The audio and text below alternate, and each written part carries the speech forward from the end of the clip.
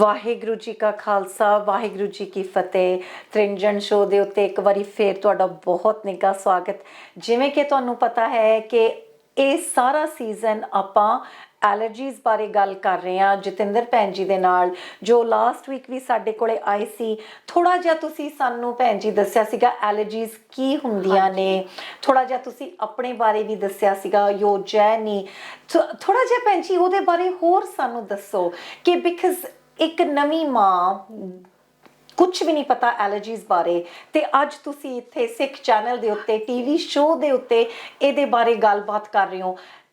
ਥੋੜਾ ਜਿਹਾ ਆਪਣੇ ਸਫ਼ਰ ਬਾਰੇ ਸਾਨੂੰ ਦੱਸੋ, your journey to where you are ਨਾਓ।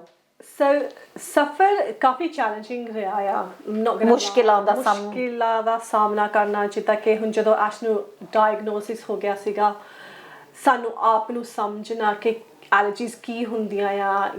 2 ਵਜੇ ਸੁਬਾਹ ਦੇ ਟਾਈਮ 'ਤੇ ਇੰਟਰਨੈਟ ਸਕਰੋਲ ਕਰਨਾ, ਇਨਫੋਰਮੇਸ਼ਨ ਲੱਭਣੀ, ਕਿਉਰ ਲੱਭਣਾ, ਕਾਫੀ ਮਾਨਸਿਕ ਇੰਪੈਕਟ ਸੀਗਾ। ਅਤੇ ਫਿਰ ਅੰਡਰਸਟੈਂਡ ਕਰਨਾ ਕਿ ਕਿਹੜੇ ਫੂਡ ਅਸੀਂ ਖਾ ਸਕਦੇ ਹਾਂ, ਕਿਹੜੇ ਨਹੀਂ ਖਾ ਸਕਦੇ। ਕ੍ਰੋਸ ਕੰਟੈਮੀਨੇਸ਼ਨ ਕੀ ਹੁੰਦਾ ਆ, ਕਿੱਦਾਂ ਬਣਾਉਣਾ ਆ, ਕੀ ਹੁੰਦਾ ਕ੍ਰੋਸ ਕੰਟੈਮੀਨੇਸ਼ਨ। ਭੈਣ ਜੀ ਤੁਸੀਂ ਤਾਂ ਐਕਸਪਰਟ ਹੋ ਇਸ ਸਬਜੈਕਟ ਤੇ, ਤੁਸੀਂ ਇਸ ਤਰ੍ਹਾਂ ਗੱਲਾਂ ਕਰ ਰਹੇ ਹੋ ਕਿ ਇਹ ਹੁੰਦਾ, ਪਰ ਸਾਡੇ ਵਰਗਿਆਂ ਨੇ ਕਦੇ ਕਦੇ ਇਹ ਲਫ਼ਜ਼ ਵੀ ਨਹੀਂ ਸੁਣੇ ਹੈਗੇ। I mean, I know what cross contamination is, but what does it mean in the world of allergies? Cross contamination ਇਹ ਹੁੰਦਾ ਕਿ ਜਿੱਦਾਂ ਕਿ ਹੁਣ ਜੇ ਆਪਾਂ ਆਪਣੇ ਕੋਲੇ ਦਾਲ ਆ ਅਤੇ ਸਬਜ਼ੀ ਆ, ਅਤੇ ਦਾਲ ਦੇ ਵਿੱਚ ਬਟਰ ਪਾਇਆ ਹੋਇਆ ਉਹ ਦੁੱਧ ਹੁੰਦਾ ਆ ਇੱਕ ਕਿਸਮ ਦਾ, ਅਤੇ ਆਪਾਂ ਉਹੀ ਕੜਛੀ ਜਿਹਦੇ ਨਾਲ ਆਪਾਂ ਦਾਲ ਨੂੰ ਕੁੱਕ ਕਰਦੇ ਹਾਂ ਅਤੇ ਉਹੀ ਕੜਛੀ ਆਪਾਂ ਸਬਜ਼ੀ ਦੇ ਵਿੱਚ ਪਾ ਦਈਏ, ਇਹ ਦੁੱਧ ਦਾ ਕ੍ਰੋਸ ਕੰਟੈਮੀਨੇਸ਼ਨ ਹੋ ਗਿਆ ਸਬਜ਼ੀ ਦੇ ਵਿੱਚ। ਅਤੇ ਫਿਰ ਜੇ ਕਿਸੇ ਨੂੰ ਦੁੱਧ ਦੀ ਐਲਰਜੀ ਆ ਅਤੇ ਮਾੜੀ ਜਿਹੀ ਵੀ ਉਹ ਸਬਜ਼ੀ ਖਾਣ, ਉਹਨਾਂ ਨੂੰ ਐਲਰਜਿਕ ਰਿਐਕਸ਼ਨ ਹੋ ਸਕਦਾ ਆ। ਅਤੇ ਫਿਰ ਇਹਦਾ ਮਤਲਬ ਹੁੰਦਾ ਕਿ ਓਬਵੀਅਸਲੀ ਫਿਰ ਐਲਰਜਿਕ ਰਿਐਕਸ਼ਨ ਫੇਟਲ ਹੋ ਸਕਦਾ ਆ, ਫੇਟਲ ਮਤਲਬ ਜਾਨਲੇਵਾ ਹੋ ਸਕਦਾ ਆ। ਫਿਰ ਦਵਾਈ ਲੈਣੀ, ਐਪੀਪੈਨ ਯੂਜ਼ ਕਰਨੇ। ਅਤੇ ਹੁਣ ਜਦੋਂ ਆਪਾਂ ਐਲਰਜੀਜ਼ ਨੈਵੀਗੇਟ ਕਰਦੇ ਹਾਂ, ਸਾਡਾ ਮਕਸਦ ਹੁੰਦਾ ਕਿ ਉਹ ਅਵੋਇਡ ਕੀਤਾ ਜਾਵੇ ਹਰ ਤਰੀਕੇ ਨਾਲ। ਅਤੇ ਫਿਰ ਚੈੱਕ ਕਰਨਾ ਦੂਜਿਆਂ ਨਾਲ ਕਿ ਤੁਸੀਂ ਆਹ ਕਿੱਦਾਂ ਬਣਾਇਆ ਆ, ਇਹਦੇ 'ਚ ਕੀ ਪਾਇਆ ਆ, ਅੰਡਰਸਟੈਂਡਿੰਗ ਕਿ ਕਿਹੜੇ ਇੰਗਰੀਡੀਅੰਟਸ ਆ, ਕਿੱਦਾਂ ਕੁੱਕ ਕੀਤਾ ਆ, ਕਿਹੜੇ ਗੈਸ 'ਤੇ ਕੁੱਕ ਕੀਤਾ ਆ, ਕਿਹੜਾ ਸਪੀਆ ਯੂਜ਼ ਕੀਤਾ। ਹੁਣ ਹੁਣ ਆਪਾਂ ਆਪਣੀ ਜਿਹੜੀ ਡਾਇਟ ਆ ਉਹਦੇ 'ਚ ਆਪਾਂ ਘਿਓ ਯੂਜ਼ ਕਰਦੇ ਹਾਂ, ਆਪਾਂ ਕਾਫੀ ਕੁਛ ਯੂਜ਼ ਕਰਦੇ ਹਾਂ, ਪਰ ਘਿਓ ਵੀ ਦੁੱਧ ਦੀ ਚੀਜ਼ ਆ। ਹਾਂਜੀ, ਤਾਂ ਫਿਰ ਉਹ ਅਵੋਇਡ ਕਰਨਾ। ਸੋ ਕ੍ਰੋਸ ਕੰਟੈਮੀਨੇਸ਼ਨ ਇਹ ਹੋ ਜਾਂਦੀ ਹੈ ਜਦੋਂ ਇੱਕ ਤੁਸੀਂ ਦੁੱਧ ਇੱਕ ਸਬਜ਼ੀ 'ਚੋਂ ਦੂਜੇ 'ਚ ਚਲੀ ਜਾਵੇ ਕੜਛੀ ਦੇ ਰਾਹੀਂ। ਤੇ ਤੁਸੀਂ ਦੱਸ ਰਹੇ ਸੀਗੇ ਕਿ ਤੁਹਾਡਾ ਸਫ਼ਰ ਕਿੱਦਾਂ ਦਾ ਰਿਹਾ, ਕਿ ਕਿਵੇਂ ਤੁਸੀਂ ਕਿ ਅੱਧੀ ਰਾਤ ਇੰਟਰਨੈਟ ਤੇ ਬਹਿ ਕੇ ਸਕਰੋਲ ਕਰਨਾ ਤੇ ਕਿੰਨੀਆਂ ਮੁਸ਼ਕਿਲਾਂ, ਤੇ ਹੁਣ ਤੁਸੀਂ ਅੱਜ ਇੱਥੇ ਸਾਡੇ ਸਾਹਮਣੇ ਬੈਠੇ ਹੋ ਇੱਕ ਐਕਸਪਰਟ ਦੀ ਤੌਰ ਤੇ ਐਲਰਜੀਜ਼ ਦੇ ਉੱਤੇ।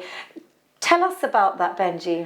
ਸੋ ਮੈਂ ਫਿਰ ਡਿਸਾਈਡ ਕਰ ਲਿਆ ਸੀ 2014, ਫਿਰ ਜਦੋਂ ਐਸ਼ ਹੋਇਆ 2013 ਦੇ ਵਿੱਚ, ਅਤੇ ਫਿਰ 2014 ਦੇ ਵਿੱਚ 2013 'ਚ ਉਹਨੂੰ ਡਾਇਗਨੋਸਿਸ ਹੋ ਗਿਆ ਸੀਗਾ। ਅਤੇ ਫਿਰ 2015 ਮੇਰੇ ਬ੍ਰਦਰ ਨੂੰ diagnosed my brother with a rare form of cancer। Waheguru. ਅਤੇ ਫਿਰ ਉਦੋਂ ਸਾਨੂੰ ਪਤਾ ਲੱਗ ਗਿਆ ਸੀਗਾ ਕਿ ਉਹਦੇ ਕੋਲ ਸਿਰਫ 5 ਸਾਲ ਆ ਜੀਣ ਲਈ। ਅਤੇ ਹੁਣ ਨਿਊ ਮਮ ਐਲਰਜੀ ਲਾਈਫ ਐਡਜਸਟ ਕਰਦੀ ਆ, ਦੂਜਿਆਂ ਨੂੰ ਸਮਝਾਉਣ ਦੀ ਟਰਾਈ ਕਰਦੀ ਆ, ਅਤੇ ਫਿਰ ਦੂਜੇ ਨਹੀਂ ਸਮਝਦੇ ਹੈਗੇ ਕਿ ਐਲਰਜੀਜ਼ ਕੀ ਹੁੰਦੀਆਂ। ਹਮੇਸ਼ਾ ਆਪਦੀਆਂ ਅੱਖਾਂ ਥੋੜ੍ਹੇ ਬੱਚੇ 'ਤੇ ਕਿ ਉਹ ਕੀ ਕਰਦਾ ਆ, ਕੀ ਛੇੜਦਾ ਆ, ਕੀ ਖਾਂਦਾ ਆ। ਅਤੇ ਫਿਰ ਉਦੋਂ ਬਾਅਦ ਜਦੋਂ ਬੌਬ ਨੂੰ ਡਾਇਗਨੋਸਿਸ ਹੋ ਗਿਆ, ਮੇਰੇ ਬ੍ਰਦਰ ਨੂੰ, ਅਤੇ ਉਹ ਨਿਊਜ਼ ਐਕਚੁਅਲੀ ਅੰਡਰਸਟੈਂਡ ਕਰਨ ਲਈ, ਪ੍ਰੋਸੈਸ ਕਰਨ ਲਈ ਕਾਫੀ ਟਾਈਮ ਲੱਗਿਆ, ਕਿਉਂਕਿ ਸਾਨੂੰ ਪਤਾ ਲੱਗ ਗਿਆ ਸੀ ਕਿ ਉਹਦੇ ਕੋਲ ਸਿਰਫ 5 ਸਾਲ ਆ ਜੀਣ ਲਈ। ਅਤੇ ਫਿਰ ਇਸ ਪੁਆਇੰਟ 'ਤੇ ਆ ਕੇ ਮੈਂ ਕਿਹਾ ਹੁਣ ਨਹੀਂ, ਮੈਂ I can't deal with it, it's too much। ਕਿ ਇੱਕ ਤਰਫਾ ਐਸ਼ਾ ਅਤੇ ਉਹਦੀ ਐਲਰਜੀਜ਼ ਆ, ਅਤੇ ਹੁਣ ਬੌਬ ਨੂੰ ਕੈਂਸਰ ਆ, ਅਤੇ ਉਹਦਾ ਕੀ ਸਫ਼ਰ ਹੋਣਾ ਆ। ਅਤੇ ਫਿਰ ਉਦੋਂ ਬਾਅਦ ਫਿਰ ਉਸ ਟਾਈਮ 'ਤੇ ਮੈਂ ਰੀਅਲਾਈਜ਼ ਕਰ ਲਿਆ ਸੀ ਕਿ ਮੈਨੂੰ ਹੈਲਪ ਚਾਹੀਦੀ ਆ। ਫਿਰ ਮੈਂ ਆਪਦੇ ਮੈਨੇਜਰ ਨੂੰ who is a NLP। ਤੁਸੀਂ ਕੰਮ ਕਰ ਰਹੇ ਸੀਗੇ ਉਸ ਟਾਈਮ ਤੇ? ਮੈਂ ਪਲਾਨ ਸੀਗਾ ਕਿ ਸਾਲ ਬਾਅਦ ਮੈਂ ਕੰਮ ਤੇ ਚਲ ਜਾਣਾ, ਕਿਉਂਕਿ ਕਦੇ ਬੰਦਾ ਸੋਚਦਾ ਨਹੀਂਗਾ। ਤੁਸੀਂ ਸੋਚਦੇ ਹੋ ਕਿ ਹਾਂਜੀ ਪ੍ਰੈਗਨੈਂਟ ਆ, ਬੇਬੀ ਹੋ ਜਾਣਾ।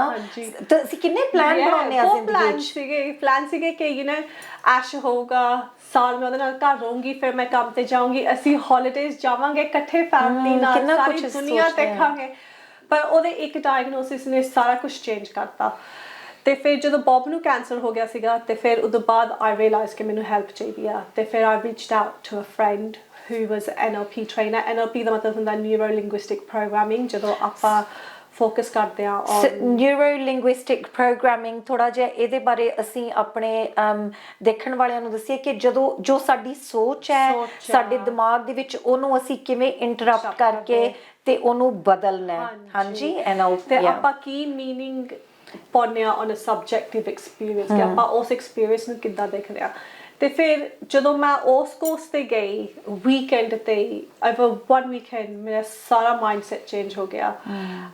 ਤੇ ਫਿਰ ਆਈ ਰਿਮੈਂਬਰ ਕਿ ਇੱਕ ਰੇਡੀਓ ਸ਼ੋ ਸੀਗਾ ਤੇ ਉਹਦੇ ਵਿੱਚ ਉਹ ਗੱਲ ਕਰਦੇ ਸੀਗੇ ਕਿ ਐਲਰਜੀਜ਼, ਕਿ ਸਾਊਥ ਏਸ਼ੀਅਨ ਕਮਿਊਨਿਟੀ 'ਚ ਐਲਰਜੀਜ਼ ਸੀਰੀਅਸਲੀ ਲੈਂਦੇ ਆ ਕਿ ਨਹੀਂ। ਤੇ ਫਿਰ ਮੈਂ ਹਸਬੈਂਡ ਮਨਜੀਤ, ਮੈਂ ਕਿਹਾ I'm going to phone in and talk about this.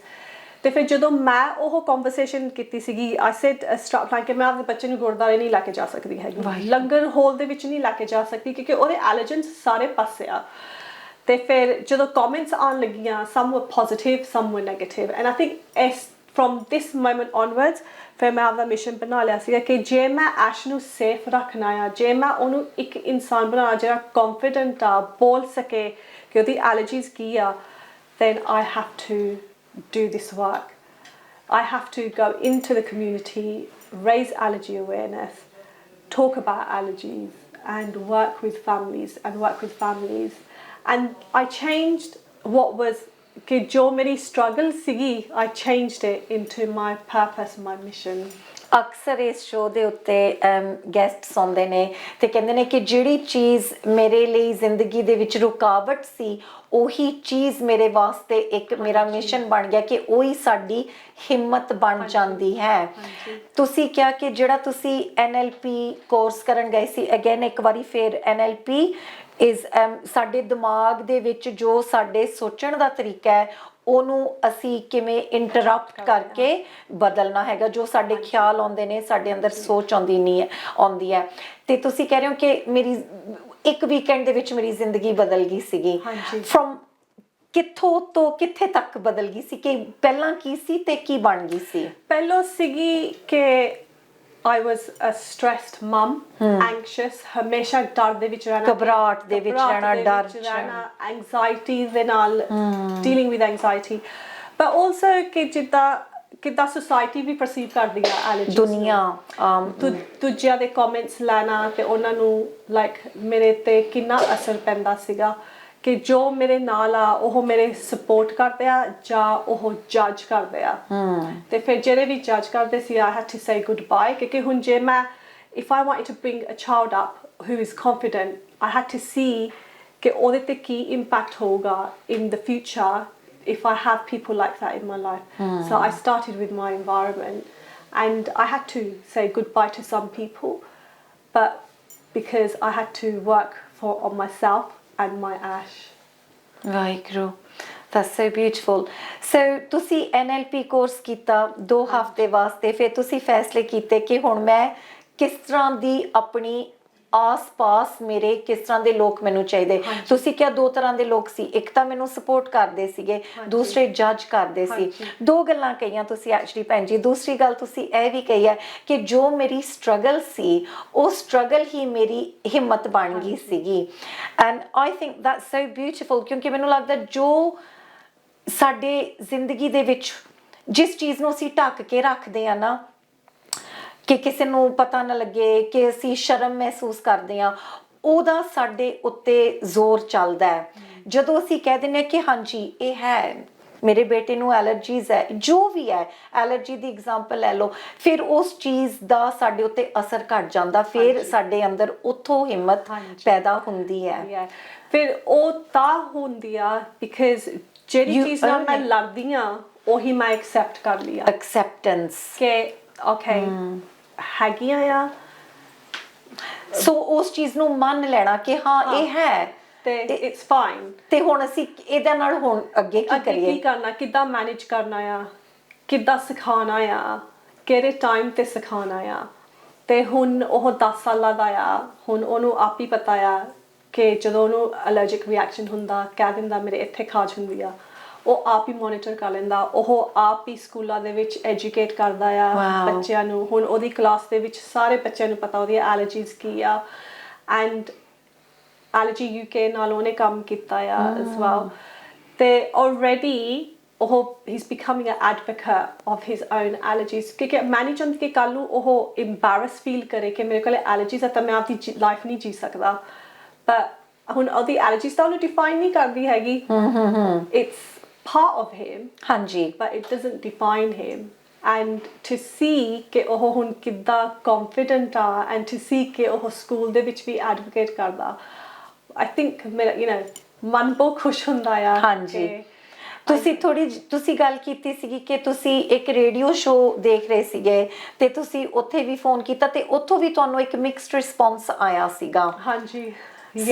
Let's talk a little bit about that। ਇਹ ਕਿ ਸਾਡੀ ਕਮਿਊਨਿਟੀ ਦੇ ਵਿੱਚ ਗੱਲ ਤੁਸੀਂ ਇੱਥੋਂ ਸ਼ੁਰੂ ਕੀਤੀ ਸੀ ਕਿ ਸਾਡੀ ਕਮਿਊਨਿਟੀ ਕਿੰਨਾ ਸੀਰੀਅਸ ਲੈਂਦੀ ਹੈ ਇਹਨਾਂ ਚੀਜ਼ਾਂ ਨੂੰ। ਹਾਂਜੀ, ਐਂਡ ਆਈ ਥਿੰਕ ਜਦੋਂ ਹੁਣ ਆਪਾਂ ਅਨਲੈਸ ਜਿੰਨੀ ਦੇਰ ਆਪਾਂ ਉਸ ਸਫ਼ਰ ਦੇ ਵਿੱਚ ਜਿੰਨੀ ਜਰਨੀ ਦੇ ਵਿੱਚ ਹੈ ਨਹੀਂ ਕਿ ਆਪਾਂ ਨੂੰ ਨਹੀਂ ਪਤਾ ਲੱਗਦਾ ਕਿ ਉਹਦਾ ਕੀ ਅਸਰ ਹੁੰਦਾ। ਸਾਨੂੰ ਪਤਾ ਹੀ ਨਹੀਂਗਾ, ਜਿਵੇਂ ਤੁਸੀਂ ਕਿਹਾ ਕਿ ਅਸੀਂ ਇੰਨੇ ਪਲਾਨ ਬਣਾਉਂਦੇ ਹਾਂ ਕਿ ਹਾਂਜੀ ਬੱਚਾ ਹੋਊਗਾ, ਸਾਲ ਅਸੀਂ ਮੈਟਰਨਿਟੀ ਲੀਵ ਲਵਾਂਗੇ, ਫਿਰ ਕੰਮ ਤੇ ਜਾਵਾਂਗੇ, ਤੇ ਜਦੋਂ ਤੱਕ ਸਾਡੇ ਸਿਰ ਨਹੀਂ ਪੈਂਦੀ ਅਸੀਂ ਉਸ ਚੀਜ਼ ਬਾਰੇ ਸੋਚਦੇ ਹੀ ਨਹੀਂ। ਐਂਡ ਆਈ ਥਿੰਕ ਸ਼ਾਇਦ ਹੋ ਸਕਦਾ ਮੈਂ ਗਲਤ ਹਾਂ, ਭੁਲੇਖਾ ਮੇਰੇ ਦਿਲ 'ਚ, ਪਰ ਸਾਡੀ ਕਮਿਊਨਿਟੀ ਕੁਛ ਇਸ ਤਰ੍ਹਾਂ ਦੀ ਵੀ ਹੈ ਕਿ ਕੁਛ ਨਹੀਂ ਹੋਇਆ। ਹਾਂਜੀ, ਬਹੁਤ ਖੁਸ਼, ਲਾਈਕ ਸਾਰੇ ਕਹਿੰਦੇ ਸੀ ਕੋਈ ਨਾ ਕੁਛ ਨਹੀਂ ਹੋਇਆ, ਆਪੇ ਠੀਕ ਹੋ ਜੂ, ਥੋੜਾ। ਹਾਂਜੀ। ਪਰ ਉਹੀ ਜਿਹੜੀ ਐਡਵਾਈਸ ਹੈਗੀ ਆ, ਉਹੀ ਤੁਸੀਂ ਉਹਨੂੰ ਚੇਂਜ ਕਰਕੇ ਕਹਿ ਸਕਦੇ ਹੋ ਕਿ ਮੈਂ ਤੁਹਾਡੀ ਕਿੱਦਾਂ ਹੈਲਪ ਕਰ ਸਕਦਾ ਹਾਂ ਜਾਂ ਕਰ ਸਕਦੀ ਹਾਂ। ਕਿਉਂਕਿ ਉਹ ਜਿਹੜੀ ਥੋੜੀ ਜਿਹੀ ਦੇ ਤੇ ਤੁਹਾਨੂੰ ਕੋਈ ਐਜੂਕੇਸ਼ਨ ਨਹੀਂ ਆ, ਉਹ ਕਿਸੇ ਹੋਰ ਲਈ ਬਹੁਤ ਡੇਂਜਰਸ ਹੋ ਸਕਦੀ ਹੈ। ਹਾਂਜੀ, ਕਿਉਂਕਿ ਅਸੀਂ ਜਿਵੇਂ ਪਹਿਲੇ ਸ਼ੋਅ 'ਚ ਗੱਲ ਕੀਤੀ ਕਿ ਇਹ ਬਿਲਕੁਲ ਥੋੜੀ ਜਿਹੀ ਕਿ ਅਨਕੰਫਰਟੇਬਲ ਵੀ, ਥੋੜਾ ਜਿਹਾ ਐਵੇਂ ਤਕਲੀਫ ਦੇਣ ਨਾਲ ਜਾਨਲੇਵਾ ਤੱਕ ਹੋ ਸਕਦੀਆਂ ਨੇ ਐਲਰਜੀਜ਼। ਸਿਰਫ ਕਿਸੇ ਨੂੰ ਜਿਹਨੂੰ ਜਾਨਲੇਵਾ ਐਲਰਜੀ ਹੋਵੇ ਤੇ ਅਸੀਂ ਉਹਨੂੰ ਕਹਿੰਦੇ ਕੁਛ ਨਹੀਂ ਹੁੰਦਾ, ਤੂੰ ਥੋੜਾ ਜਿਹਾ ਲੈ ਲਾ, ਤੇ ਤੁਸੀਂ ਇੱਕ ਕਿਸਮ ਦਾ ਉਹ ਇਨਵੈਲੀਡੇਟ ਕਰਦੇ ਹੋ ਉਹਨਾਂ ਦੀ ਐਲਰਜੀਜ਼ ਇਨਵੈਲੀਡੇਟ ਕਰਦੇ ਹੋ ਵੀ ਤੁਸੀਂ ਮੰਨ ਨਹੀਂ ਰਹੇ ਕਿ ਉਹ ਹੈਗੀਆਂ ਆ ਤੇ they exist। ਉਹਨਾਂ ਦਾ ਜਿਹੜਾ ਵੀ ਲਾਈਫ ਐਕਸਪੀਰੀਅੰਸ ਆ ਉਹ ਤੁਸੀਂ ਇਨਵੈਲੀਡੇਟ ਕਰਦੇ ਹੋ ਕਹਿ ਕੇ ਕਿ ਕੋਈ ਨਾ ਥੋੜਾ ਜਿਹਾ ਖਾ ਲਾ, ਪਰ ਤੁਸੀਂ also ਉਹਨਾਂ ਦੀ ਲਾਈਫ ਵੀ ਖਤਰੇ 'ਚ ਪਾ ਰਹੇ ਹੋ। And I think it's disrespectful really ਕਿਸੇ ਨੂੰ ਕਹਿਣਾ ਇਸ ਤਰ੍ਹਾਂ ਦੀ ਗੱਲ ਕਿ ਕੁਛ ਨਹੀਂ ਹੁੰਦਾ, ਹਨਾ, ਜਦ ਤੁਹਾਨੂੰ ਕੋਈ ਕਹਿ ਰਿਹਾ ਕਿ ਨਹੀਂ ਇਹ ਤਕਲੀਫ ਹੈਗੀ ਆ। Let's talk about the radio show again ਕਿਉਂਕਿ 2 ਵਾਰੀ we tried and then we go off ਕਿਉਂਕਿ there's so much to talk about। The radio show ਦੇ ਵਿੱਚ was obviously ਕਿ how serious do South Asians ਹਾਂਜੀ, ਵੀ ਕਿੰਨਾ ਕੁ ਅਸੀਂ ਇਹਨਾਂ ਨੂੰ ਸੀਰੀਅਸ ਦੇ ਨਾਲ ਲੈਂਦੇ ਹਾਂ। Like nearly 9 years ago ਤੇ ਜਦੋਂ ਮੈਂ when I called in and I said ਕਿ ਮੇਰੇ ਐਸ਼ ਨੂੰ ਇੰਨੀਆਂ ਐਲਰਜੀਜ਼ ਆ, ਤੇ ਮੈਂ ਕਿਹਾ ਕਿ ਆਪਣੀ ਕਮਿਊਨਿਟੀ ਨਹੀਂ ਸਮਝਦੀ ਹੈਗੀ because ਮੈਂ ਸਿਰਫ I'm coming from an experience। ਹਾਂਜੀ, ਤੁਸੀਂ ਆਪਣੇ ਤਜਰਬੇ ਨਾਲ through it। and ਫਿਰ ਮੈਂ ਕਿਹਾ ਕਿ I want to take my ash to the Gurdwara, ਪਰ ਮੈਂ ਉਹਨੂੰ ਲੰਗਰ ਹਾਲ ਦੇ ਵਿੱਚ ਨਹੀਂ ਲੈ ਜਾ ਸਕਦੀ। ਤੇ ਫਿਰ comments, some comments were really good ਕਿ we understand, really brave of you to come onto the radio show। and ਫਿਰ ਥੋੜੇ ਜਿਹੇ comments ਸੀਗੇ ਕਿ ਤੁਸੀਂ ਗੁਰਦੁਆਰੇ ਲੰਗਰ ਖਾਣ ਨਹੀਂ ਜਾਂਦੇ ਹੈਗੇ। ਹਾਂਜੀ, ਉੱਥੇ ਜਾ ਕੇ ਤੁਸੀਂ ਦੂਜਿਆਂ ਨਾਲ ਗੱਲਾਂ ਨਾ ਕਰੋ, ਆਪਦੇ ਬੱਚੇ ਤੇ ਧਿਆਨ ਦੇਵੋ। ਹੁਣ ਪਰ ਅਸੀਂ ਲੰਗਰ ਖਾਣ ਨਹੀਂ ਜਾ ਰਹੇ, ਵਾਤਾਵਰਨ ਦੇ ਵਿੱਚ ਉਹ ਉੱਡ ਰਿਹਾ ਹੈ। ਹਾਂਜੀ, ਤੇ ਹੁਣ ਜੇ ਆਪਾਂ ਦੇਖੀਏ ਹੁਣ ਜਦੋਂ ਆਪਾਂ ਮੱਥਾ ਵੀ ਟੇਕਦੇ ਆ ਤੇ ਆਪਾਂ ਪ੍ਰਸ਼ਾਦ ਲੈਂਦੇ ਆ, ਪ੍ਰਸ਼ਾਦ ਵੀ ਆਟਾ ਤੇ ਦੁੱਧ ਦਾ ਬਣਿਆ, ਹਾਂਜੀ, ਘਿਓ ਦਾ। ਤੇ ਫਿਰ ਹੁਣ ਜਦੋਂ ਆਪਾਂ ਪ੍ਰਸ਼ਾਦ ਖਾਂਦੇ ਆ, ਕਈ ਵਾਰੀ ਉਹ ਆਪਣੇ ਹੱਥਾਂ ਚੋਂ ਡਿੱਗ ਕੇ ਫਲੋਰ ਤੇ ਡਿੱਗ ਪੈਂਦਾ, ਆਪਾਂ ਚੱਕਦੇ ਨਹੀਂ ਆ ਉਹਨੂੰ। ਜੇ ਕਿਸੇ ਨੂੰ ਦੁੱਧ ਦੀ ਤੇ ਆਟੇ ਦੀ ਐਲਰਜੀ ਆ, ਉਹ ਮਾੜਾ ਜਿਹਾ ਵੀ ਕੰਟੈਕਟ 'ਚ ਆ ਗਿਆ, ਉੱਥੇ ਹੀ ਉਹਨਾਂ ਨੂੰ ਐਲਰਜਿਕ ਰਿਐਕਸ਼ਨ ਹੋ ਸਕਦਾ। ਸੋ ਆਪਾਂ ਨੂੰ we need to keep an open mind ਕਿ actually understand ਕਿ tiny bit is costing someone their life। ਭੈਣ ਜੀ, where do you think ਇਹ allergies ਪੈਦਾ ਕਿੱਥੋਂ ਹੁੰਦੀਆਂ ਨੇ? ਆਈ ਨੋ ਤੁਸੀਂ ਪਹਿਲੇ ਸ਼ੋਅ ਦੇ ਵਿੱਚ ਦੱਸਿਆ ਥੋੜਾ ਜਿਹਾ ਕਿ ਇਹ ਸਾਡੀ ਬੋਡੀ ਇਹਨਾਂ ਨੂੰ ਸੋਚਦੀ ਹੈ ਕਿ ਤਨ ਸੋਚਦਾ ਹੈ ਸਰੀਰ ਕਿ ਮੈਨੂੰ ਇਸ ਚੀਜ਼ ਤੋਂ ਖਤਰਾ ਹੈ, ਪਰ ਬੇਸ਼ੱਕ ਉਹ ਖਤਰੇ ਵਾਲੀ ਚੀਜ਼ ਹੁੰਦੀ ਨਹੀਂ। ਪਰ ਇਹਦਾ ਵੀ ਸਾਨੂੰ ਸਮਝ ਹੈ ਕਿ why it happens ਕਿ ਕੋਈ reason Haji, there's not a definite answer. Haji, koi definite answer nahi hai, but there are few studies. Ke one ke kai wari eh hereditary ho sakdiyan ya. so hereditary means ਕਿ ਸਾਡੇ ਮਾਂ-ਬਾਪ ਹਾਂਜੀ already ਤੇ ਆਪਾਂ ਨੂੰ ਫਿਰ ਬੱਚਿਆਂ ਨੂੰ ਹੋ ਸਕਦੀ ਆ ਜਾਂ ਤਾਂ ਹੈਗਾ ਕਿ ਜੇ ਤੁਸੀਂ ਐਂਟੀਬਾਇਓਟਿਕਸ ਦੇ ਦਿਓ ਆਪਣੇ ਬੱਚਿਆਂ ਨੂੰ at early age ਹੁਣ from my perspective ਪਰ ਤੁਸੀਂ ਤਾਂ ਐਸ਼ ਨੂੰ ਕੁਝ ਵੀ ਨਹੀਂ ਸੀ ਦਿੱਤਾ ਜਦੋਂ ਉਹਨੂੰ ਪੀਲਿਆ ਹੋਇਆ ਸੀ ਉਹ ਐਂਟੀਬਾਇਓਟਿਕਸ ਦਿੱਤੀਆਂ ਸੀਗੀਆਂ ਸੋ ਫਿਰ ਮੈਂ ਉਹ ਲਿੰਕ ਕਰਦੀ ਹਾਂ ਕਿ ਤਾਂ ਕਰਕੇ ਉਹਨੂੰ ਐਲਰਜੀਜ਼ ਹੋਈਆਂ ਆ ਬਿਕਾਜ਼ ਜਦੋਂ ਆਪਾਂ ਐਂਟੀਬਾਇਓਟਿਕਸ ਖਾਂਦੇ ਆ ਉਹ ਵੀ ਇੱਕ ਕਿਸਮ ਦਾ ਜੇ ਇਨਫੈਕਸ਼ਨ ਨੂੰ ਫਾਈਟ ਕਰਦੀ ਆ ਉਹ ਵੀ ਹੋਰ ਕੁਝ ਵੀ ਕਰਦੀ ਆ ਕਿ ਜਿਹੜੇ ਆਪਣੇ ਐਂਟੀਬਾਡੀਜ਼ ਹੁੰਦੇ ਆ ਜਿਹੜੇ ਗੁੱਡ ਐਂਟੀਬਾਡੀਜ਼ ਹੁੰਦੇ ਆ ਉਹਦੇ ਨਾਲ ਮਰ ਜਾਂਦੇ ਆ antibiotics ਦੇ ਨਾਲ antibiotics the so let's I'm just trying to take a second to understand it so ਜਦੋਂ ਅਸੀਂ ਐਂਟੀਬਾਇਓਟਿਕ ਲੈਂਦੇ ਆ ਇੱਕ ਤਾਂ ਐਂਟੀਬਾਇਓਟਿਕਸ ਡਿਜ਼ੀਜ਼ ਨੂੰ ਫਾਈਟ ਕਰ ਰਹੀ ਹੈ ਇਨਫੈਕਸ਼ਨ ਨੂੰ ਤੇ ਨਾਲ ਜੋ ਸਾਡੇ ਅੱਛੇ ਐਂਟੀਬਾਡੀਜ਼ ਆ ਉਹਨੂੰ ਵੀ ਫਾਈਟ ਕਰ ਰਹੀ ਆ ਉਹਨਾਂ ਨੂੰ ਮਾਰ ਦਿੰਦੀਆਂ ਕਿਉਂਕਿ ਹੁਣ ਜੇ ਆਪਾਂ ਆਪਣੇ ਗਟ ਹੁਣ ਕਾਫੀ ਸਟੱਡੀਜ਼ ਹੁੰਦੀਆਂ ਔਨ ਦ ਗਟ ਮਾਈਕਰੋਬਾਇਓਮ ਕਿ ਇਸ ਨਿਊ ਸਟੱਡੀ ਕਿ ਜਦੋਂ ਜੇ ਕਿਸੇ ਦੀ ਲੀਕੀ ਗਟ ਆ ਤਾਂ ਵੀ ਜਿਹੜਾ ਫੂਡ ਦਾ ਪ੍ਰੋਟੀਨ ਆ ਉਹ ਲੀਕ ਹੁੰਦਾ ਆ and it goes into the bloodstream ਤੇ ਫਿਰ ਵੀ ਐਲਰਜੀਜ਼ ਹੁੰਦੀਆਂ ਆ but there's no definite ਹਜੇ ਕੋਈ definite studies ਨਹੀਂ ਹੈਗੀਆਂ ਹਜੇ ਹਾਂਜੀ to say ਕਿ ਕਾਹਦੇ ਨਾਲ what is the cause of allergies but allergies ਹੁਣ ਜਿੱਦਾਂ ਕਿ on the rise ਹੁਣ ਜੇ ਆਪਾਂ ਆਪਣੇ ਫੂਡ ਨੂੰ ਵੀ ਦੇਖੀਏ ਆਪਣੇ ਖਾਣ ਦੀਆਂ ਆਦਤਾਂ ਕਿੰਨੀਆਂ ਚੇਂਜ ਹੋ ਗਈਆਂ ਨੇ ਹਾਂਜੀ ਜੋ ਪੁਰਾਣੇ ਸਾਡੇ ਬਜ਼ੁਰਗ ਖਾਂਦੇ ਪੀਂਦੇ ਸੀ ਉਹ ਨਹੀਂ ਹੈਗੀਆਂ ਤੇ also ਹੁਣ ਜਿੱਦਾਂ ਫੂਡ ਵੀ ਬਣਦਾ ਹੁਣ ਜਿੱਦਾਂ ਆਟਾ ਵੀ ਜਿੱਦਾਂ ਚ ਪੰਜਾਬ ਦੇ ਵਿੱਚ ਆਟਾ ਵੀ ਉਗਾਉਂਦੇ ਆ ਤੇ ਉਹਦੇ ਚ ਕਿੰਨੇ ਕੈਮੀਕਲਸ ਹੁੰਦੇ ਆ ਉਹ ਸਾਰੀਆਂ ਚੀਜ਼ਾਂ ਆਪਣੀ ਬੋਡੀਜ਼ ਚ ਜਾਂਦੀਆਂ ਆ so could it be the food processing could it be processed foods could it be our eating habits that our gut doesn't have that much good microbiomes how much good does it do to ask this question why ਕਿ ਜਿਵੇਂ ਹੁਣ ਮੈਂ ਪੁੱਛ ਲਿਆ ਕਿ ਕਿਉਂ ਹੁੰਦੀਆਂ ਨੇ ਸਾਨੂੰ ਐਲਰਜੀਜ਼ ਕਿ ਤੁਹਾਨੂੰ ਕੀ ਲੱਗਦਾ ਕਿ ਇਸ ਸਵਾਲ ਦੇ ਵਿੱਚ ਵੀ ਕੋਈ ਦਮ ਹੈਗਾ ਕਿ ਸਾਨੂੰ just because you talked about acceptance ਕਿ ਸਾਨੂੰ ਜਸਟ ਹੈ ਮੰਨ ਲੈਣਾ ਚਾਹੀਦਾ ਕਿ ਇਹ ਹੈ ਤੇ ਹੁਣ ਅੱਗੇ ਕਿਵੇਂ ਲੰਘਣਾ ਇਹਨਾਂ ਚੀਜ਼ਾਂ ਤੋਂ ਆਈ ਥਿੰਕ ਜਿਹੜਾ ਵਾਈ ਹੈਗਾ ਆ ਇਟਸ ਰੀਲੀ ਹੁਣ ਜਦੋਂ ਆਪਾਂ ਕੋਈ ਆਪਣੇ ਪਰਪਸ ਬਾਰੇ ਕਰਦੇ ਆ ਆਪਾਂ ਕਹਿੰਦੇ ਆ ਕਿ why am I doing this ਉਹ ਵੱਖਰੀ ਗੱਲ ਹੈ ਉਹ ਵੱਖਰੀ ਗੱਲ ਆ ਪਰ ਜਦੋਂ ਕੋਈ ਬਿਮਾਰੀ ਨਾਲ ਹੁੰਦੀ ਆ I think it has a negative impact on your health ਤੇ ਫਿਰ ਤੁਸੀਂ ਚਲੇ ਜਾਂਦੇ ਹੋ rather than focusing ਕਿ ਕੀ important ਆ ਤੁਸੀਂ ਇੱਕ ਹੋਰ ਰਸਤੇ ਚਲੇ ਜਾਂਦੇ ਹੋ to find out ਕਿਉਂ ਹੋਇਆ ਮੇਰੇ ਨਾਲ ਇਦਾਂ rather than ਕਿ ਇਹ ਮੇਰੇ ਲਈ ਹੋਇਆ ਆ ਹਾਂਜੀ so you were talking about Ash being really confident now which is what you wanted him to be ਤੇ ਉਹ ਸਕੂਲ ਜਾਂਦਾ ਤੇ ਉਹ ਦੂਸਰਿਆਂ ਨੂੰ ਵੀ ਐਜੂਕੇਟ ਕਰਦਾ ਤੁਸੀਂ ਕਹਿ ਰਹੇ ਸੀਗੇ he does ਹੁਣ ਉਹਦੇ ਕਲਾਸ ਦੇ ਬੱਚਿਆਂ ਨੂੰ ਸਾਰਿਆਂ ਨੂੰ ਪਤਾ ਆ ਕਿ ਉਹਦੀ ਕੀ ਐਲਰਜੀਜ਼ ਆ ਜਦੋਂ ਉਹ ਸਕੂਲ ਦੇ ਟ੍ਰਿਪ ਤੇ ਵੀ ਜਾਂਦੇ ਆ ਤੇ ਜੇ ਟੀਚਰਸ ਲਿਆਂਦੇ ਆ ਫੂਡ ਉਹ ਪਹਿਲਾਂ ਸਾਰੇ ਪੁੱਛੂਗੇ ਕਿ ਇਹਦੇ ਚ ਕੀ ਆ ਹੁਣ ਸਾਡਾ ਪਰਪਸ ਆ ਕਿ ਅਸੀਂ ਜਿਹੜੇ ਪ੍ਰਾਇਮਰੀ ਸਕੂਲ ਬੱਚਿਆਂ ਨੂੰ ਆ ਉਹਨਾਂ ਨੂੰ ਸਿਖਾਉਣਾ ਐਲਰਜੀਜ਼ ਕੀ ਆ ਕਿਉਂਕਿ ਹਜੇ ਉਹਨਾਂ ਦੇ ਜਿਹੜੇ ਦਿਮਾਗ ਆ ਉਹ ਡਿਵੈਲਪ ਨਹੀਂ ਹੋਏ ਹੈਗੇ and they have a growth mindset ਕਿ ਜੇ ਅਸੀਂ ਆਹ ਐਜੂਕੇਸ਼ਨ ਸ਼ੁਰੂ ਤੋਂ ਹੀ ਕਰ ਸਕੀਏ ਤਾਂ we can change the perspective of allergies ਤੇ ਜਿਨ੍ਹਾਂ ਨੂੰ ਐਲਰਜੀਜ਼ ਹੈਗੇ it can be a more safer world for them ਆਪਾਂ ਉੱਥੇ ਫੇਰ ਆ ਗਏ ਕਿ ਅਸੀਂ ਕਿ ਸਾਡੀ ਕਮਿਊਨਿਟੀ ਦੇ ਵਿੱਚ ਜਿਵੇਂ ਕਿ ਕਿੰਨਾ ਸੀਰੀਅਸਲੀ ਲਿਆ ਜਾਂਦਾ ਸਰ ਤੁਸੀਂ ਕਹਿ ਰਹੇ ਹੋ ਕਿ ਜੇ ਅਸੀਂ ਬੱਚਿਆਂ ਨੂੰ ਛੋਟੀ ਉਮਰ ਤੋਂ ਇਹਨਾਂ ਬਾਰੇ ਐਜੂਕੇਟ ਕਰਨਾ ਸ਼ੁਰੂ ਕਰ ਦਈਏ ਤਾਂ ਫਿਰ ਅਸੀਂ ਬਦਲ ਸਕਦੇ ਹਾਂ ਆਪਣਾ ਮੰਨ ਸਕਦੇ ਹਾਂ ਪਰਸਪੈਕਟਿਵ ਆ ਐਲਰਜੀਜ਼ ਦਾ ਸੋਚ ਹੈ ਜੋ ਇਹਨਾਂ ਦੇ ਪ੍ਰਤੀ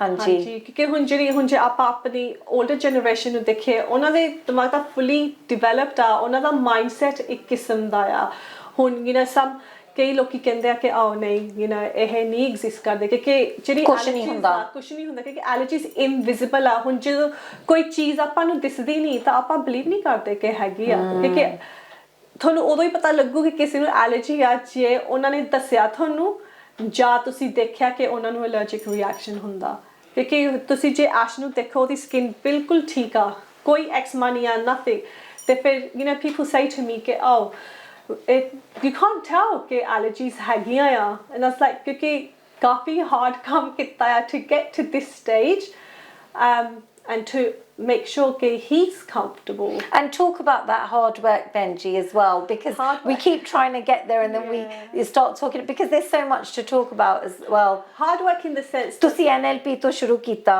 NLP ਤੋਂ ਸ਼ੁਰੂ ਕੀਤਾ, and then ਫਿਰ ਮੈਂ I started to take care of Ash's skin. how ਹਰੇਕ every nappy change ਮੈਂ ਉਹਦੇ cream ਲਾਉਂਦੀ ਸੀਗੀ। ਅੱਜ ਤੱਕ ਉਹਨੇ ਕਦੇ ਸਾਬਣ ਨਾਲ ਨਹੀਂ ਬਾਥ ਲਿੱਤਾ, ਸਿਰਫ ਉਹਦੀ ਜਿਹੜੀ emollient ਆ ਉਹਦੇ ਨਾਲ ਬਾਥ ਲਿੱਤਾ।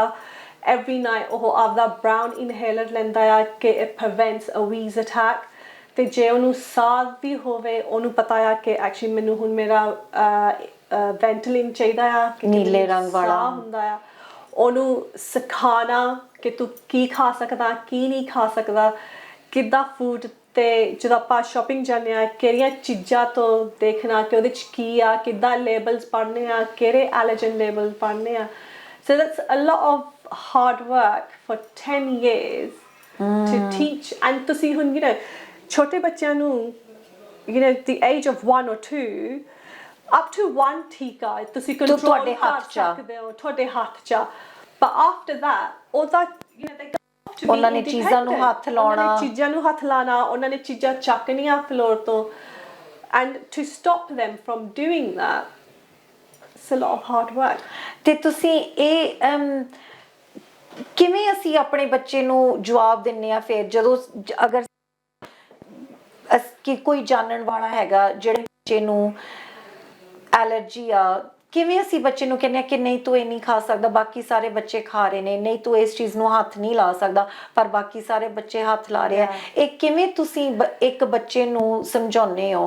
It's so hard, ਬਹੁਤ hard ਆ, because ਪਹਿਲੀ ਤਾਂ ਗੱਲ ਆ ਉਹ they're at that age ਜਿਹੜਾ ਉਹਨਾਂ ਦੀ exploration age ਹੁੰਦੀ ਆ। ਤੇ I remember ਇੱਕ ਦਿਨ ਸੀਗਾ ਕਿ ਮੈਂ ਤੇ ਮਨਜੀਤ ਨੇ we made dinner at home, ਤੇ ਅਸੀਂ ਦੋਨਾਂ ਨੇ ਅਲੱਗ ਬਣਾਇਆ ਤੇ ਐਸ਼ ਨੂੰ ਉਹਦਾ ਬਣਾ ਕੇ ਦਿੱਤਾ, ਤੇ ਟੇਬਲ ਤੇ ਅਸੀਂ ਇਕੱਠੇ ਹੀ ਖਾਂਦੇ ਹੁੰਦੇ ਆ ਹਮੇਸ਼ਾ ਕਿ ਉਹਨੂੰ ਕਦੇ ਫੀਲ ਨਾ ਹੋਵੇ ਕਿ ਉਹ ਕਿਸੇ ਤੋਂ ਵੀ ਅਲੱਗ ਆ। ਤੇ ਫਿਰ ਜਦੋਂ ਅਸੀਂ ਉਹਨੂੰ ਉਹਦਾ ਫੂਡ ਦਿੱਤਾ ਉਹਨੇ ਪਲੇਟ ਚੱਕ ਕੇ ਮਾਰੀ ਕਿ ਮੈਂ ਨਹੀਂ ਆ ਖਾਣਾ, ਕਿ ਤੁਸੀਂ ਮੈਨੂੰ ਅਲੱਗ ਖਾਣਾ ਦੇ ਰਹੇ ਹੋ, ਅਲੱਗ ਦੇ ਰਹੇ ਹੋ। ਉਦੋਂ ਕਿੰਨੀ ਉਮਰ ਸੀ ਉਦੋਂ he was about 3 ਸਾਲ ਦਾ, ਤੇ ਫਿਰ ਉਸ ਤੋਂ ਬਾਅਦ I was like okay ਹੁਣ ਇਹ ਰੈਕਗਨਾਈਜ਼ ਕਰਨ ਲੱਗ ਗਿਆ ਕਿ ਮੈਨੂੰ ਅਲੱਗ ਮਿਲਦਾ ਆ, ਮੈਨੂੰ ਵੱਖਰਾ ਮੇਰੇ ਨਾਲ ਵਿਹਾਰ ਹੋ ਰਿਹਾ ਹੈ। ਤੇ ਫਿਰ ਜਦੋਂ ਮੈਂ ਉਹਨੂੰ ਉਹਦੀ ਐਲਰਜੀਜ਼ ਬਾਰੇ ਸਮਝਾ ਰਹੀ ਸੀ, ਜਦੋਂ ਮੈਂ ਕਹਿੰਦੀ ਸੀ ਕਿ ਤੂੰ ਆ ਨਹੀਂ ਖਾ ਸਕਦਾ, rather than ਤੂੰ ਆ ਨਹੀਂ ਖਾ ਸਕਦਾ, ਮੈਂ ਕਹਿੰਦੀ ਹੁੰਦੀ ਸੀ ਆ ਖਾ ਲਾ, ਇਹ ਐਸ਼ ਫਰੈਂਡਲੀ ਆ। ਹਾਂਜੀ, ਤਾਂ ਹੀ ਕਰਕੇ ਮੇਰੇ ਬ੍ਰਾਂਡ ਦਾ ਨਾਮ ਆ ਐਸ਼ ਫਰੈਂਡਲੀ, ਕਿਉਂਕਿ ਜਦੋਂ ਮੈਂ ਚੇਂਜ ਕਰਤਾ ਮੈਂ ਕਿਹੜੇ ਵਰਡਸ ਯੂਜ਼ ਕਰਦੀ ਆ ਐਸ਼ ਫਰੈਂਡਲੀ, ਉਹ ਆਟੋਮੈਟਿਕਲੀ ਉਹਨੂੰ ਰਜਿਸਟਰ ਹੋਣ ਲੱਗ ਗਿਆ ਕਿ ਓਕੇ ਇਹ ਮੇਰੇ ਲਈ ਠੀਕ ਹੈ, ਮੇਰੇ ਲਈ ਠੀਕ ਆ, and it's special for me. ਤੁਸੀਂ ਆਪਣਾ ਵੀ ਫਿਰ ਖਾਣਾ ਚੇਂਜ ਕੀਤਾ ਕਿ ਅਸੀਂ ਜਿਵੇਂ ਤੁਸੀਂ ਕਿਹਾ ਕਿ ਅਸੀਂ 5 ਸਾਲ ਆਟਾ ਨਹੀਂ ਲੈ ਕੇ ਆਏ ਘਰ ਦੇ ਵਿੱਚ, ਤੁਸੀਂ ਗੁਰਦੁਆਰੇ ਦੀ ਵੀ ਗੱਲ ਕੀਤੀ, ਤੁਸੀਂ ਕਿੰਨੇ ਸਾਲ ਗੁਰਦੁਆਰੇ ਹੁਣ ਜਾਂਦੇ ਹੋ? ਤੁਸੀਂ ਗੁਰਦੁਆਰੇ ਜਾਂਦੇ ਹੋ ਪਰ ਅਸੀਂ ਲੰਗਰ ਨਹੀਂ ਖਾਂਦੇ ਹੈਗੇ। ਹਾਂਜੀ, ਤੇ ਉਹ ਵੀ ਕਿੰਨੀ ਦੇਰ ਸੀ ਕਿ ਤੁਸੀਂ ਗੁਰਦੁਆਰੇ ਨਹੀਂ ਜਾ ਸਕੇ? Oh gosh, ਕਾਫੀ ਚਿਰ ਸੀ, I think nearly 4-5 ਸਾਲ ਸੀਗੇ ਕਿ ਅਸੀਂ ਗੁਰਦੁਆਰੇ ਨਹੀਂ ਜਾਂਦੇ ਸੀ। ਮੈਂ ਉਦੋਂ ਹੀ ਗੁਰਦੁਆਰੇ ਜਾਂਦੀ ਸੀ ਜਦੋਂ ਮਮ ਦਾ ਕੋਈ ਫੰਕਸ਼ਨ ਹੁੰਦਾ ਸੀ, ਜੇ ਮਮ ਨੇ ਕਦੇ ਅਖੰਡ ਪਾਠ ਰਖਾਇਆ ਸੀ ਜਾਂ ਸ਼ਾਮ ਦਾ ਪਾਠ ਹੁੰਦਾ ਸੀ ਉਦੋਂ ਹੀ ਜਾਂਦੀ ਹੁੰਦੀ ਸੀਗੀ। ਪਰ ਉਦੋਂ ਵੀ ਜਦੋਂ ਅਸੀਂ ਜਾਂਦੇ ਸੀ ਅਸੀਂ ਹਮੇਸ਼ਾ ਐਸ਼ ਦਾ ਸਾਰਾ ਬਣਾ ਕੇ ਘਰੇ ਫਿਰ ਨਾਲ ਲੈ ਕੇ ਜਾਂਦੇ ਸੀ। ਹੁਣ ਜਦੋਂ ਫੈਮਲੀਜ਼ ਹੁੰਦੀਆਂ ਆ, ਹੁਣ ਜਿਹੜੀ ਸਪੋਰਟਿਵ ਫੈਮਲੀਜ਼ ਹੁੰਦੀਆਂ ਉਹ ਦੱਸ ਦਿੰਦੇ ਆ ਕਿ ਲੰਗਰ ਦੇ ਵਿੱਚ ਆ ਕੁਛ ਬਣੂਗਾ, ਹਾਂਜੀ, ਤਾਂ ਫਿਰ ਅਸੀਂ ਜਿੱਦਾਂ ਕਿ ਜੋ ਲੰਗਰ 'ਚ ਬਣਦਾ ਫਿਰ ਅਸੀਂ ਉਹੀ ਘਰੇ ਬਣਾ ਲੈਂਦੇ ਸੀਗੇ ਨਾਲ ਜਾਣ ਲਈ, ਤਾਂ ਕਿ ਉਹਨੂੰ ਫਰਕ ਨਾ ਮਹਿਸੂਸ, ਹਾਂਜੀ, ਪਰ ਹੋਰ ਢੰਗ ਦੇ ਵਿੱਚ। ਤੇ ਫਿਰ ਉਹਨੂੰ ਕਦੇ ਮਹਿਸੂਸ ਨਹੀਂ ਹੁੰਦਾ ਸੀ ਕਿ ਐਕਚੁਅਲੀ ਮੈਂ ਇੱਥੇ ਕਿ ਮੈਂ ਅਲੱਗ ਆ ਜਾਂ ਮੈਂ ਨਹੀਂ ਖਾ ਸਕਦਾ। ਹੁਣ ਹੁਣ 10 ਸਾਲ ਦਾ ਹੋ ਗਿਆ, ਹੁਣ ਉਹ ਪੁੱਛਦਾ ਆ ਕਿ ਸਾਰੇ ਲੰਗਰ ਖਾਂਦੇ ਆ, ਮੈਂ ਕਿਉਂ ਨਹੀਂ ਖਾ ਸਕਦਾ, ਕਿ ਲੰਗਰ ਦਾ ਮਤਲਬ ਵੀ ਕੀ ਹੁੰਦਾ ਕਿ ਵੰਡ ਛਕ ਖਾਵੋ। ਹਾਂਜੀ, ਗੁਰੂ ਨਾਨਕ ਦੇਵ ਜੀ ਨੇ ਇਹ ਲਿਆਂਦਾ ਸੀ ਕਿ ਆਪਾਂ ਸਾਰੇ ਇੱਕ ਆ, ਇਨਕਲੂਸਿਵਿਟੀ ਆ। ਤੇ ਫਿਰ ਉਹ ਕੁਐਸਚਨ ਆ ਜਾਂਦਾ ਆ ਕਿ ਇਟਸ ਨੋਟ ਇਨਕਲੂਸਿਵ, ਕਿਉਂਕਿ ਜਿਨ੍ਹਾਂ ਨੂੰ ਐਲਰਜੀਜ਼ ਆ ਜਾਂ ਇੰਟੋਲਰੈਂਸ ਆ ਜਾਂ ਸੀਲੀਐਕ ਆ ਉਹ ਤਾਂ ਖਾ ਨਹੀਂ ਸਕਦੇ ਹੈਗੇ ਨੇ। ਬਹੁਤ ਇੰਪੋਰਟੈਂਟ ਟੌਪਿਕਸ ਤੁਸੀਂ ਲੈ ਕੇ ਆਏ ਹੋ ਭੈਣ ਜੀ, ਖਾਸ ਕਰਕੇ ਗੁਰਦੁਆਰੇ ਲੰਗਰ, ਜਿਹੜੀ ਤੁਸੀਂ ਇਹ ਗੱਲ ਕਹੀ ਆ ਕਿ ਵੰਡ ਛਕਣ ਦੀ, ਇਹਦੇ ਬਾਰੇ ਤੇ ਹੋਰ ਚੀਜ਼ਾਂ ਬਾਰੇ ਆਪਾਂ ਨੈਕਸਟ ਵੀਕ ਫੇਰ ਗੱਲ ਕਰਾਂਗੇ। ਜ਼ਰੂਰ ਆਉਣਾ ਤੇ ਤੁਸੀਂ ਵੀ ਇਸੇ ਤਰ੍ਹਾਂ ਸ਼ੋਅ ਦੇਖਦੇ ਰਹਿਣਾ। ਫਿਰ ਮਿਲਾਂਗੇ next week, same place same time. Waheguru ji ਕਾ ਖਾਲਸਾ, ਵਾਹਿਗੁਰੂ ਜੀ ਕੀ ਫਤਿਹ।